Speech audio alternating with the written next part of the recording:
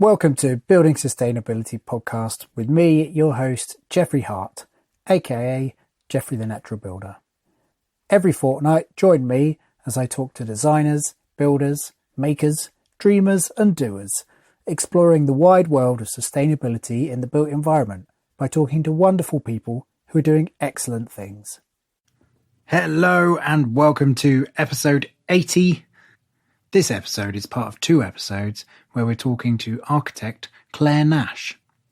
Both this episode and episode 81 were recorded in the same session and focus on the two books that Clare has written.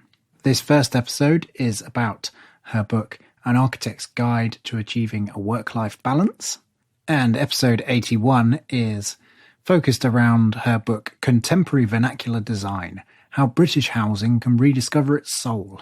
Quickly, before this episode, I just want to take a quick moment to say a huge thank you to Elizabeth Roman and Shannon Berry, both of who are signed up as Building Sustainability Superheroes on our Patreon site. They've both pledged at the £5 level, which means I will be sending them a hand-carved wooden spoon. Hand-carved by me. This little batch at the moment is I'm carving some birch, which actually came from a tree that was just behind my house. One of its kind of larger limbs had to be taken down. So yeah, it's a very, very connected to my house and the place I am. So hopefully that's a nice thing to receive. I also want to say a big thank you to Eleanor, who has upgraded to the same £5 level. So thank you to all three wonderful people. You really do help this podcast exist. Okay, I haven't got too much to say. My brain is somewhat mushy at the moment. I do just want to say that there is a slightly clunky swap when we start talking a little bit too far down the road of talking about the Contemporary Vernacular Design book. And there's a little swerve as we pull it back into this book. If you're disappointed by that, then just listen to episode 81. All right, that's it. I'm back at the end. Enjoy Clare Nash.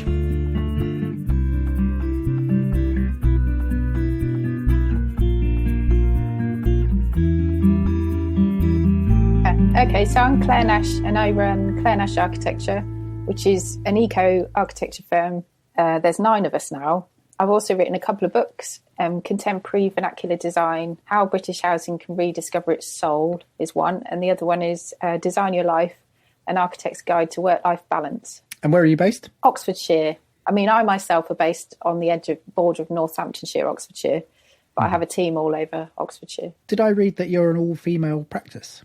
We're not all female. I think the first edition of the book says that, but that was quickly changed to... Right, that was okay. a misprint. We're majority female, but by far, yeah. There's 2 blokes and 7 women. Okay. And at one point we were all female. It wasn't totally wrong. It's changed. Right. Okay. And was that in any way sort of by design? Not particularly. It just how it happened. Yeah. I suppose the way the practice operates, which is very flexible and remote working, and there's lots of support. And I suppose because I'm a female leader, that attracted other women. I would have men apply, but majority women. Mm-hmm. So it ended up being the ones I chose were majority women also. And that worked. It is a nice atmosphere. Yeah. It's just, it's a really nice place to work. Well, I was sort of went down a little bit of a research rabbit hole and was looking at the gender balance in architecture. And was surprised to see that overall it's something like 70-30 male to female. But then under 30, it was almost an exact 50-50 split. Yeah. Yeah. Well, it's been like that for a while. And what tends to happen is women drop off later on. Oh, of course. Yeah. So when they have children or before then even, so they might do their degree and then change their mind during work experience, or they'll get past that bit and then change their mind in the second lot of work experience, or for whatever reason. Well, I know quite a few reasons. Long hours culture is one. Definitely for parents, it's tricky.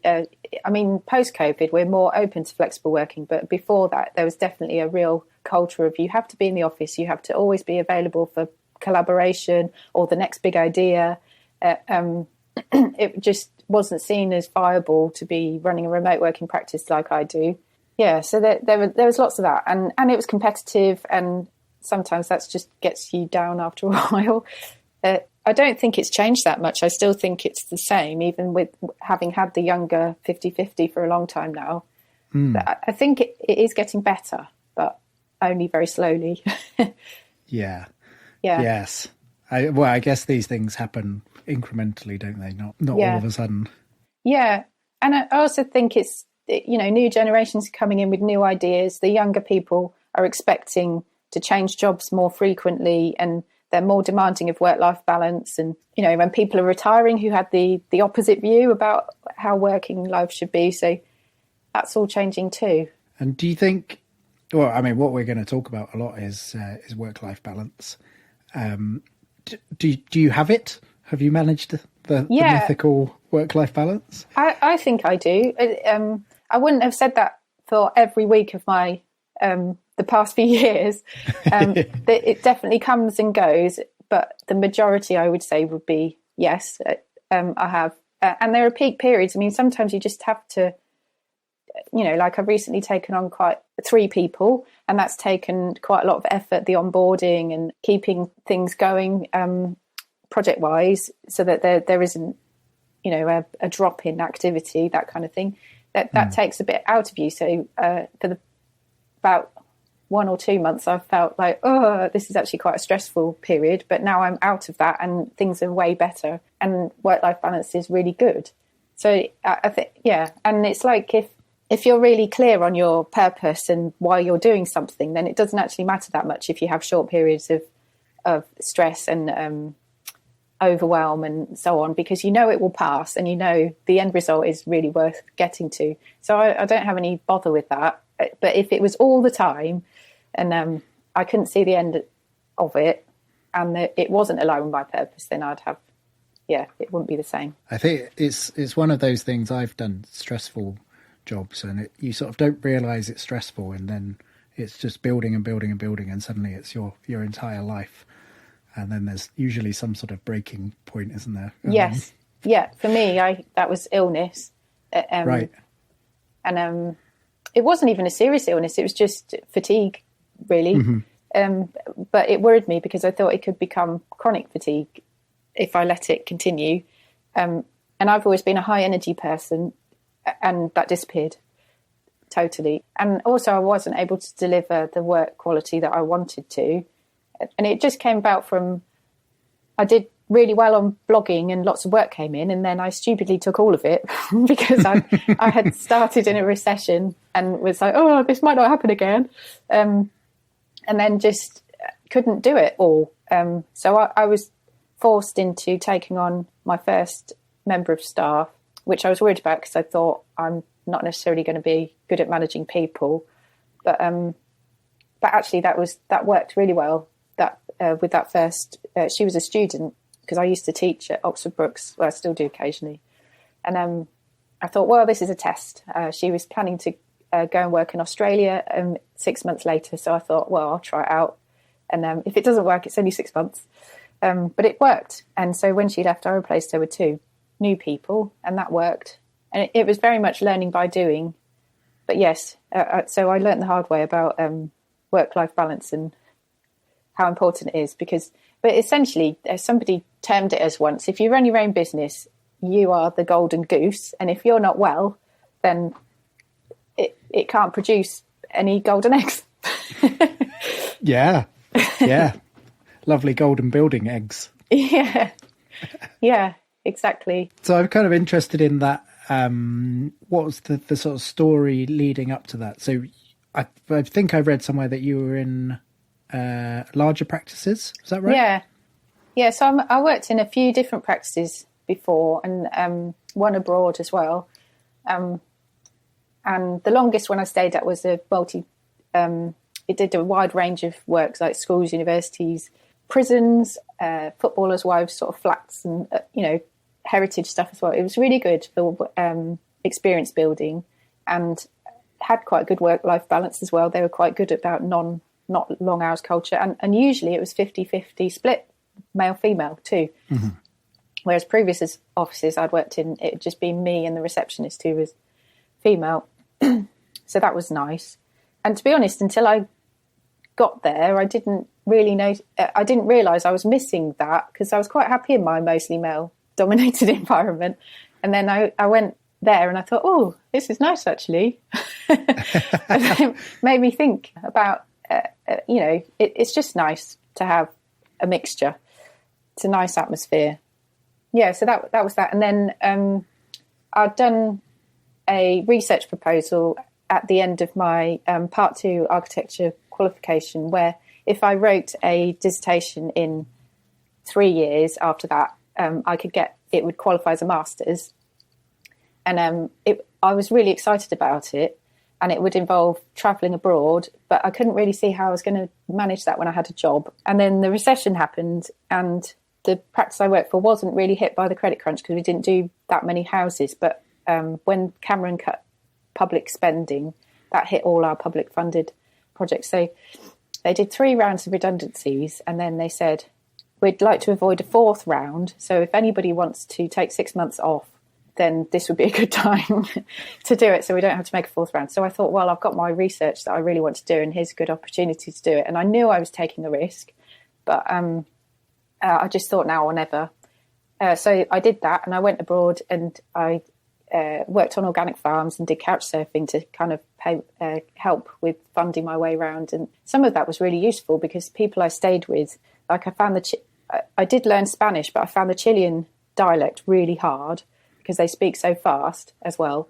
And I stayed with, on the working on organic farms thing, there was a couple of architects were doing that. So they came and helped me translate, but also because they were interested themselves. So it was kind of, a fun thing to do. So that was really beneficial. There were lots of little things that happened along the way, like couch surfing in China. There was a lady there who helped me translate in interviews with the professor, and she helped me find some English students to help me with some more translating. And yeah, it was just a really nice experience of people helping each other and learning languages, and also just finding out that people all over the world have exactly the same problems.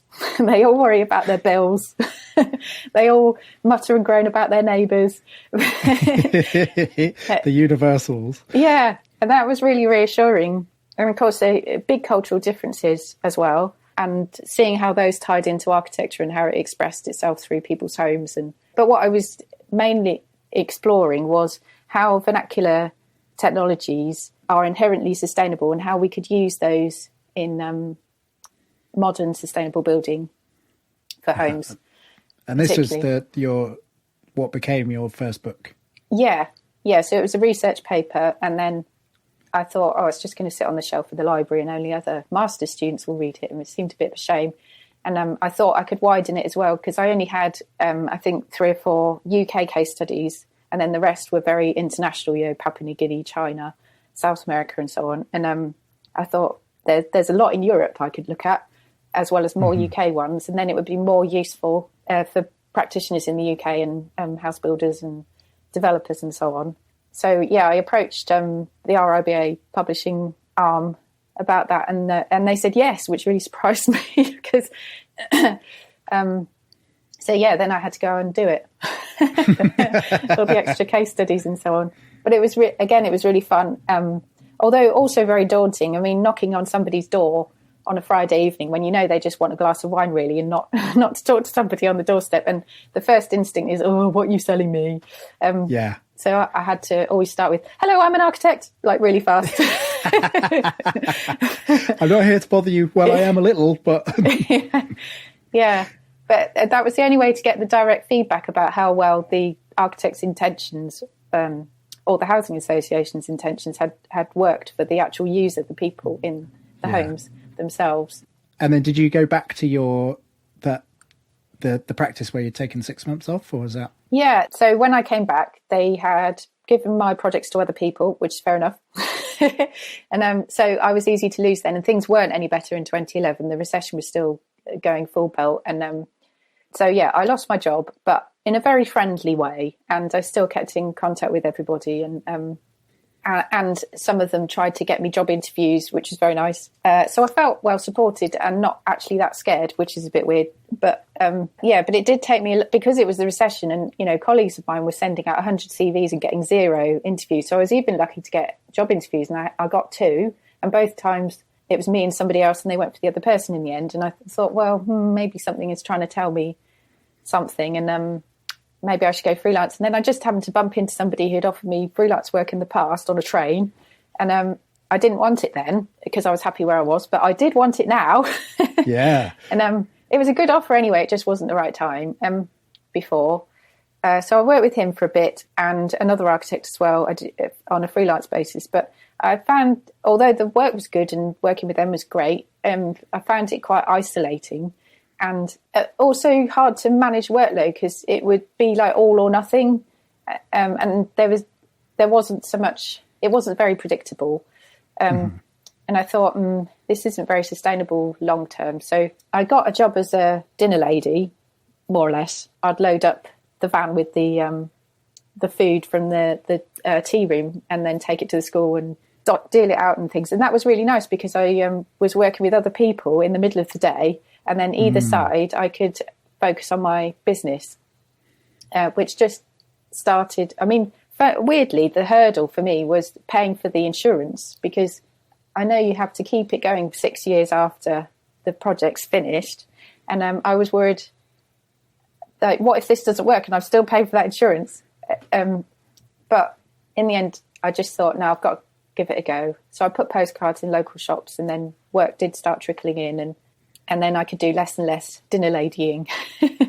Yeah. And I sort of replaced that isolation with going to networking events where there would be a business speaker. So I get to learn stuff and also meet other business owners and things and share tips and stuff, and read loads of books about how to run a business at the same time. And that network, although that particular group has stopped, it's still really valuable to me. Yeah. And I've got other networks as well. So I just think it's so important to reach out to other people at those, because it's such a lonely experience being a business owner. And there's so much you can learn from other people. Yeah, I'd really recommend that if anybody else is thinking about doing that. In your architecture training, is there any part of that which is teaching you how to run a business? Yeah, a small bit. You do a module per year, but not in the first year. Yeah, and I found it quite abstract, because until you apply it to your own business, it doesn't really make sense. And a lot of the systems that they sort of advocated didn't really work for me anyway, when I actually got round to it. That I found the knowledge and things from business books were better, and from other business owners too, or people giving talks, that kind of thing, because they were more sort of, I suppose, they're more specialist because it's about business. It isn't about architects trying to run business. It's just business. So I found that more useful. Yeah, and certain key books really changed everything, like the E-Myth, which is all about systems being the key to both profit and longevity of the business, and allowing you more creative time and all that stuff. But made a really big impression on me quite early, and it meant that I did develop systems from quite an early point. So when I took on my first member of staff, every question she asked me, I turned into an Evernote, which is what I was using at the time, with sort of screenshots of how to do things and answers. And then I had a library of stuff. So when the next 2 came, they just could use that, and the questions were less. And so each time I was building up all these systems. And then, of course, my team developed their own systems, which are better than mine anyway. So it's just this constant sort of layering of more efficient operations that save you time and mean you can make more money and have more creative time and more time off. Yeah, the dream. Yeah. What does your life look like in terms of your work-life balance? So what does having a good work-life balance mean in your world? So I only work sort of 25-30 hour week, and so I'll always fit in some form of exercise every day. It doesn't have to be particularly intense, sometimes just a walk. But I find Swimming is really good for my creative brain. Like I wrote better blogs after I swim and things like that. So I tend to see, rather than seeing it as time off, I see it as an investment because my brain works better afterwards. That's a good way of retraining your brain, isn't it? It is, yeah. It makes a big difference. So I call them creativity breaks rather than a walk. Yeah. Or whatever. Yeah. Because it's true. Sitting at the number of times before I started thinking about it like that, I'd be sat at the computer going, oh no, I've got to get this out, I've got to get this out. And then I'd force myself to stop and go for a walk. And then I'd come back and realise I didn't have to do any of that anyway. There was a much quicker solution. And I saved myself buckets of time. And so the opposite effect of what you'd think. Mm-hmm. But also more family time. So I have a son, he's 4, and I really like seeing him in the morning and at tea time and not having to come home. I mean, not feeling like I'm stuck in traffic on the commute when I want to be with him or that sort of thing. And definitely when he was very tiny, I was able to run my business around looking after him. So that made life a lot easier. Is that because of the remote working? Yeah, it makes a huge difference because I could just be sat there breastfeeding, which you can't do in an office. And, I could be sketching at the same time. I could take him for walks when he'd fall asleep and I'd have client phone calls and things. You can't do that when you're in an office or if you have to have a commute. So I think it only really works, that kind of thing, if you can work from home some of the week at least. Is there... sorry, I'm sort of skipping back a bit, but is there the impression I get is there's a culture of working too much or too long hours in the sort of architecture world, and I certainly know from friends who are architects that that's sort of instilled from the very beginning of the training. Yeah, on my before I even started the course properly, I did interior architecture as a degree, and then I switched to architecture later. But I said, I quite like on a Wednesday afternoon, like the rest of the university shuts down for sport, and I quite like to join in with something. I'm not sure what yet, maybe water polo. But and he said, previous students have found that really hard. Like they might have done it for a bit and then they've had to give up because architecture is all encompassing, and people find it really hard to fit in anything else. And I thought, crumbs, that sounds awful.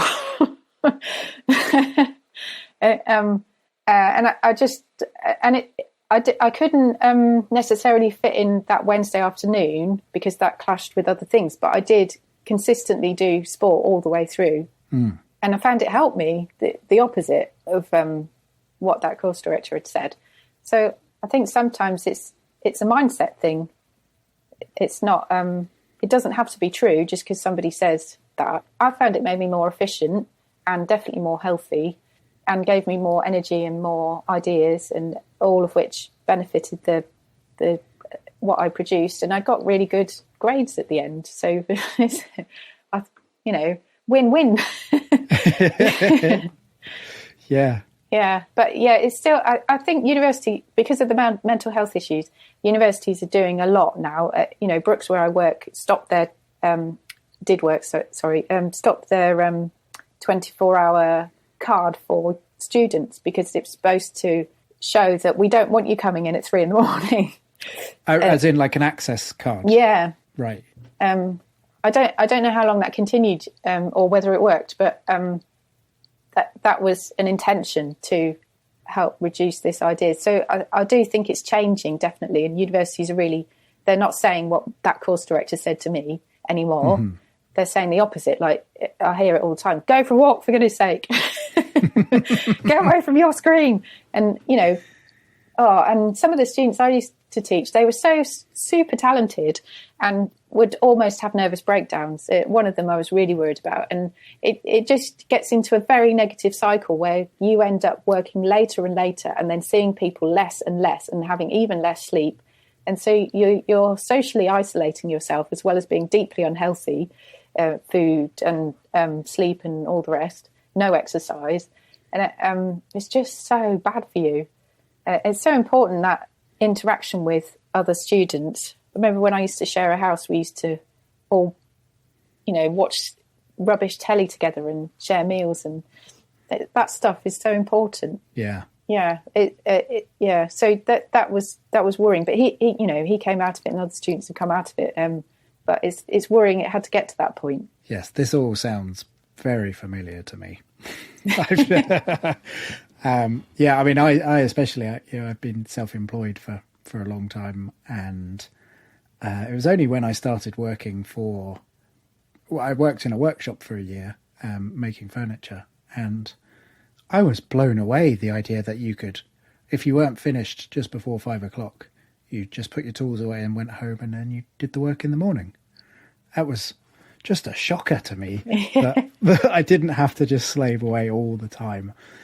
And yeah, it's why when I saw your book, I just really wanted to talk to you, because on just a personal level, I find that the work-life balance thing so difficult. And I think it was definitely instilled in that sort of university time. Yeah. There's still, I don't know, maybe it's also my time in when I lived in Germany, and they're a bit French in there. I mean, they don't have their big long lunches like the French do, but they're much more like, this is when I work and this is my playtime, and they have much more focus on the separation. And they did then. It might have changed now. This was 2004, but yeah, and they had more bank holidays, and it was a real culture of just being focused on work when you're there, and then you can have all your playtime. And people would just literally leave at 5 o'clock all the time. There wasn't the long hours culture that you have in Britain, even within architecture. So that was also a wake-up call, because nobody thinks of the Germans having poor output. No, the opposite. Yeah. So I just thought there's something missing in Britain on that front, because it's not just the architecture world; it's other ones too. And also, I think some of it comes a bit from less than great business models where you're relying on free overtime to make that fee work, and the race to the bottom of the fees is really a big problem in architecture. And I've managed to get around that by demonstrating value more clearly to clients. Instead of assuming that they're going to understand what an architect does, I assume that they haven't got a clue. And it's taken me years to get to this point, and it's a constant tweaking, because you don't always want to stay in the same place. You're sometimes trying to attract a different market. Yeah, but the aim is to show that you get what they need, and then how you're going to offer it to them, and make it super clear, and also niching, because the more you niche, the more work you get, and the more people realise they're in the right place, and this is who they want to work with. And also, from our perspective on the inside, we get better and better at doing that thing, and really enjoy being better at doing that thing. It's a really nice feeling, and that means we, with our business model, we can charge more because we are better at doing that thing, and the client understands that, and then we don't need to, nobody works unpaid overtime. Is there a concern about being pigeonholed? Yeah. Yeah, definitely. And that can happen. Like within practice, it happened to a colleague of mine. He was really good at feasibility studies and ended up just doing that. And even though he was older than me, had very little site experience, whereas I was much younger and running 3 jobs on site simultaneously. So we swapped.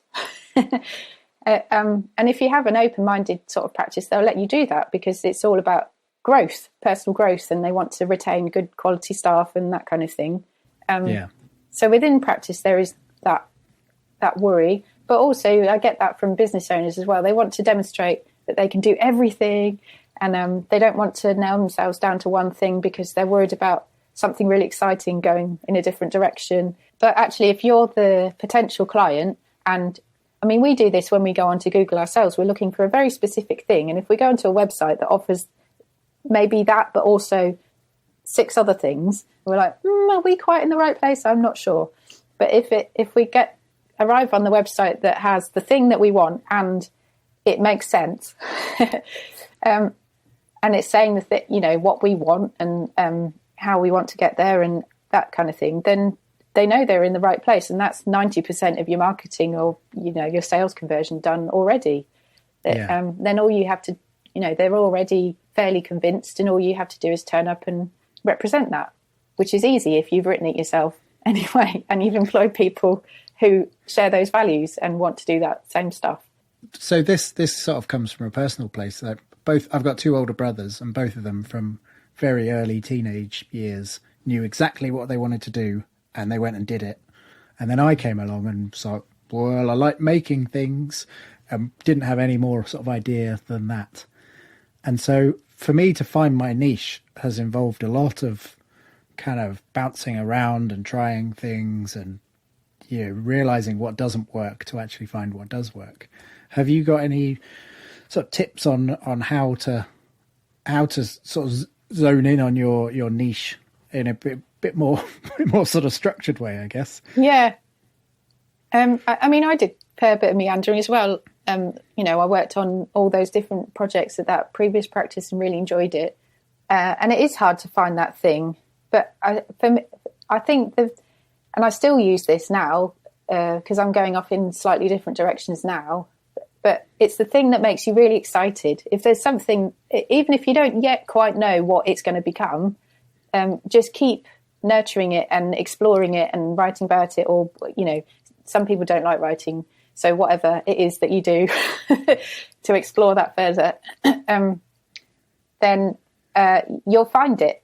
And a lot of the things I've done have been just about, oh, God, I'm so excited about that. And I just keep going to events about that and reading about that. And then eventually I go, oh, right, this is the thing. And because something else comes up and it connects. And then it makes sense. But I arrived at barn conversion just because I'm a farmer's daughter. I love being outside in fields. I understand old farm buildings and how they should be. And it really tied in with my research that I'd done about rural vernacular and how buildings fit in the countryside. And there's a useful diagram as well called ikigai, which is a Japanese word, which I've forgotten what it means. But you basically have 3 circles, and it's like what you love, what people will pay you for, and what you're good at, and the thing in the middle is the gold. Right. Oh, nice. Yeah. Yeah. So that's quite helpful to sort of streamline your thinking if you're struggling a bit. And sometimes it's like smack in your face. Like I've gone into garden design more recently. That came up in the Ikigai, but I ignored it. Right. Because I wasn't ready at that point. But so sometimes it's not the right time, and that, for whatever reason, but it is right. It does, yeah. And now I'm really enjoying doing that. So what about other tips for kind of systems and efficiencies? I know you wrote about routine. So I think when you're working from home, it can be quite difficult to get into routine. Well, everybody knows this now post-COVID. But, so I had to develop my own sort of commute. Right. And things like that. And some business coaches call it priming the brain, ready for work. And, I do fight with myself sometimes when I get up and go, so I find that, your brain fills up with your to-do list. I start panicking about things. I get anxious about stuff that really doesn't matter. Part of it is just waking up. But it's also because I'm working by myself, and I do think some of that is mitigated by that initial sort of coffee water cooler chat that you have in an office. Yeah. So to override that, I do a combination of things, or just choose one of them, which is go for a walk to a cheerful podcast. Nothing too serious. It has to be cheerful. And I have tried meditation and just listen to the birds and stuff. And I do that in short bursts, but I find my mind fills too easily with my to-do list, and it's just a pain. So the cheerful podcast overrides that, and that really helps. And I also do a thing from Julia Cameron's book, The Artist Way, which is the morning pages, which Tim Ferriss talks about doing as well. So it depends. I don't do both very often. I usually do one or the other, but both seem to help get my brain in the right mode, and then I can just crack on. So that's your sort of morning routine. And then, I mean, one of the I guess the luxuries of working from home is that it doesn't have to be the morning. It can be elsewhere in the day. And what do you find works for you? I'm sort of a middle of the road person, really. Mornings are more productive. I have a bit of a dip in lunch, post lunch, or around lunch, and then I pick up again late afternoon, sort of 3 o'clock onwards. So yeah, that's since having a 4-year-old, tea time is nicely in that extra productive time. So that's just had to go for a bit, but I did find that a useful little bit of time beforehand. So I often do things like prep up the slow cooker in the morning or at lunchtime. So I have a bit more of that extra productive time before tea. Whereas people who work with me, they're more evening people or they're more early birds. So that's the nice thing about flexible working.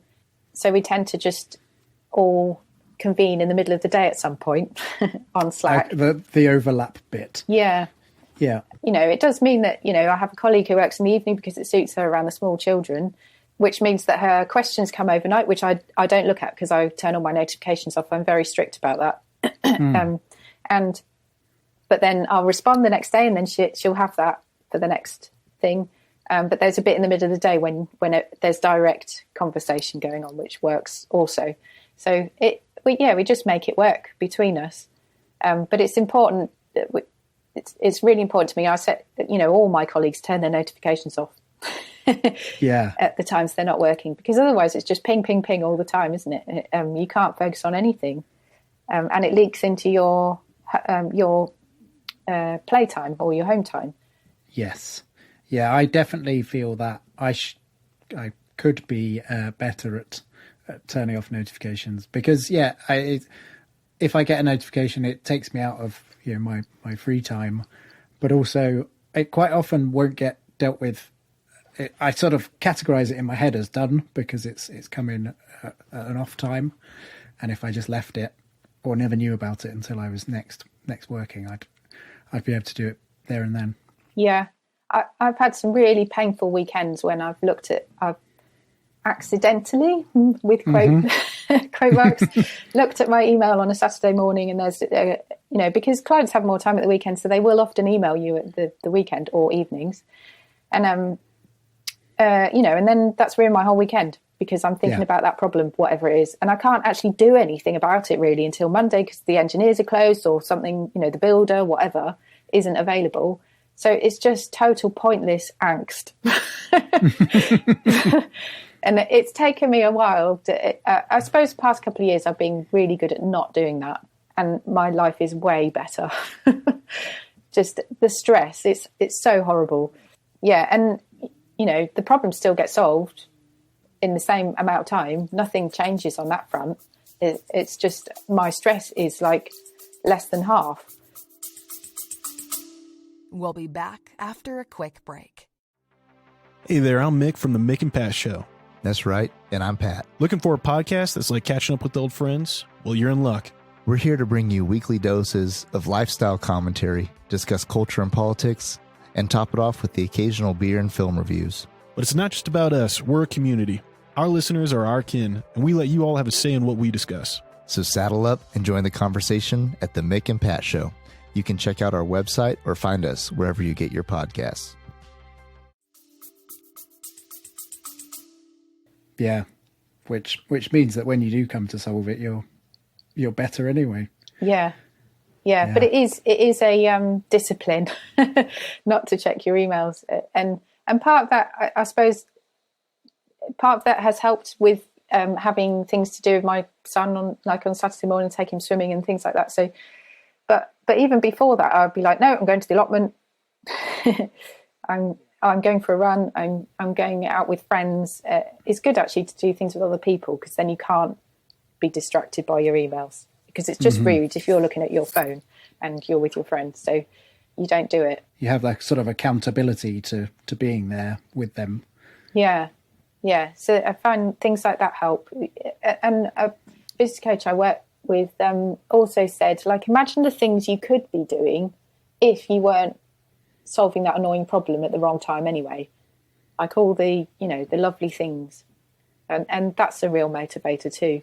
Yeah, rather than moving away from, it's like moving towards. Yes. So that's a good example of setting boundaries, sort of boundaries between work and life. Are there any other tips you've got on that? I'd say also it's about training clients not to expect things at the wrong times. Like if you answer their emails at weekends or in the evenings, they'll go, "Oh, Claire's around at that time. I will keep doing that." So, you just have to. And actually, in our welcome pack, when we say to clients, it says in it, we don't work at weekends and in evenings. Even though I know some of my team do work in evenings, that doesn't mean it's expected. It's it's up to them to set that. They wouldn't normally do client interaction. It would be literally just getting on with the thing when their kids are asleep, that kind of thing. And that works really well. And people respect that. They want you to have a good life. They don't expect you to be on the demand all the time. And that's never caused me any problems. It's just setting your own boundaries and having the confidence to stick to it as well, which is also, I suppose, with everything really, it's knowing what the benefit is. By doing that, this is the massive benefit that I'm going to get, and then that's very motivating. Yeah. Yes. Positive reinforcement, I think that's called. Nice. There's a chapter in your book, I think titled, is it The Mistakes I've Made? Or loads of mistakes. Is there a good example in there that we can talk about? I think this is a very common business owner one anyway, I think, which is at the beginning you do have to do everything yourself because you have to. And it's good to do that because you need to know how everything works before you start delegating. Otherwise you won't be able to spot when things aren't working as well as they should, and that sort of thing. But there's a line between doing it all and doing way too much, and it's impossible to be good at all of the things, and the less you do the better really. But in the early stages there isn't enough cash for that because you're just setting up and stuff. But so one of my bigger mistakes was when I had my son. I'd previously built the website and maintained it and done everything, and then of course when my son came, I was very focused on making sure architectural clients were still happy and my team was still supported, but I neglected the website a bit, so I didn't notice two quite crucial things, which meant that the website got very, very slow and our inquiries just dropped off a cliff. And so then I had to put my staff on reduced hours, some of them, and we discussed it all between us. And so the people who really needed the work kept the work, but other people had other projects like either study or research or other things that worked. I mean, I was fortunate also, it was around study deadline time. So actually a couple of students that I employed really didn't want to be working anyway. So, but I felt absolutely dreadful because, I'm responsible for paying them. And, but it was just 2 months and I rebuilt the website over a period of time, not literally in those 2 months. I went out networking and because that's more instant, and rewrote offers so that it was more attractive and got the cash flow moving faster, and rebuilt the website so it worked better.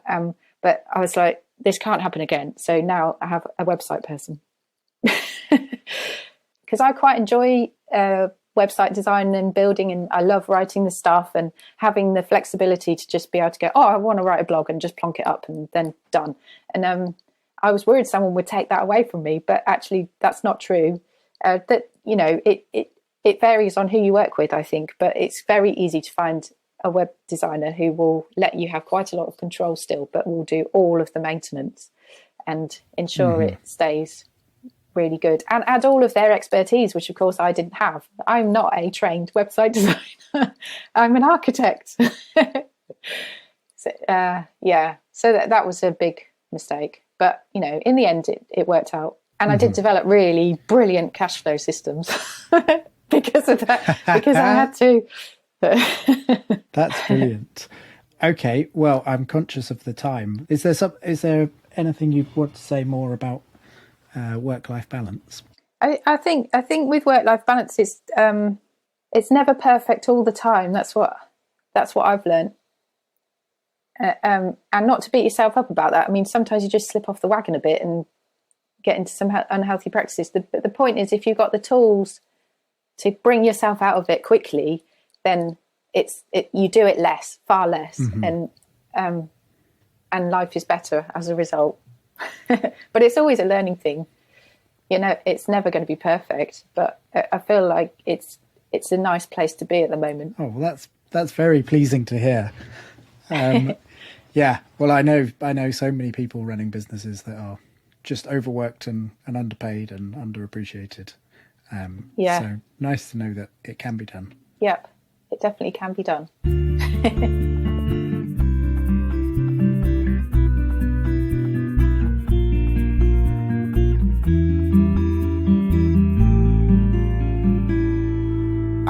Excellent. Thank you, Claire. Really, really nice to hear about the ways that we can just get better at being business people. I'm not an architect, but I have taken so much from that, especially around the boundaries. I am terrible for looking at my phone all the time, and I always see those emails come in, and they're always putting me on edge and stopping me from relaxing. And they've just got to stop, haven't they? Wow. Tomorrow is going to be a new chapter in my life. As always, check out the show notes. There are a few links to Claire's work, Claire's books, and also a couple of the books that I mentioned, The E-Myth and The Artist's Way. I don't know if you could hear, I tried to edit them all out, but my stomach was growling through that. Hopefully I managed to edit them all out, but if you did hear one, apologies. I also nearly edited out a moment when I started to say I should, and I replaced it with could, which is a thing. I don't think I've talked about this. Maybe I have. But it's a thing I try to do to be nice to myself.